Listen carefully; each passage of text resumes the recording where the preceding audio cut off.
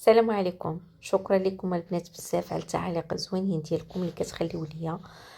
ملي كنبارطاجي معكم الخلطه ديال الديكاباج وصابون المنجل، بزاف البنات جربوها وخلاو تعاليق زوينين. هادشي اللي كيشجعني انني كنبقى نبارطاجي معكم اي حاجه درتها وكانت ناجحه.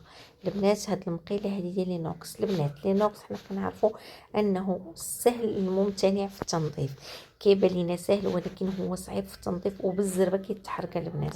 هاد المقله هذه كون ما كنتش كنحكها مباشره بعد كل استعمال غادي تلقاوها حالتها.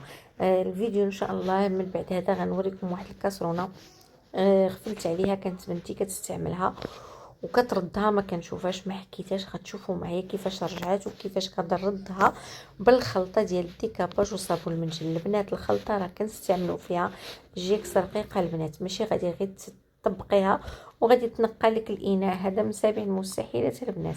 ضروري واحد شويه ديال الحكام بالجيكس رقيق او الحلفه اللي كنشارك معكم هذه ديال 5 دراهم، ولا الحلفه البنات اللي كتاخذوه من بيم راها زوينه بزاف. المهم البنات الخلطه فيها صابون المنجل، الماء ديال الديكاباج نمره 9، الماء البنات ماشي الغبره، وفيها بيكربونات الصودا واي معجون غسيل اواني او سائل. جرب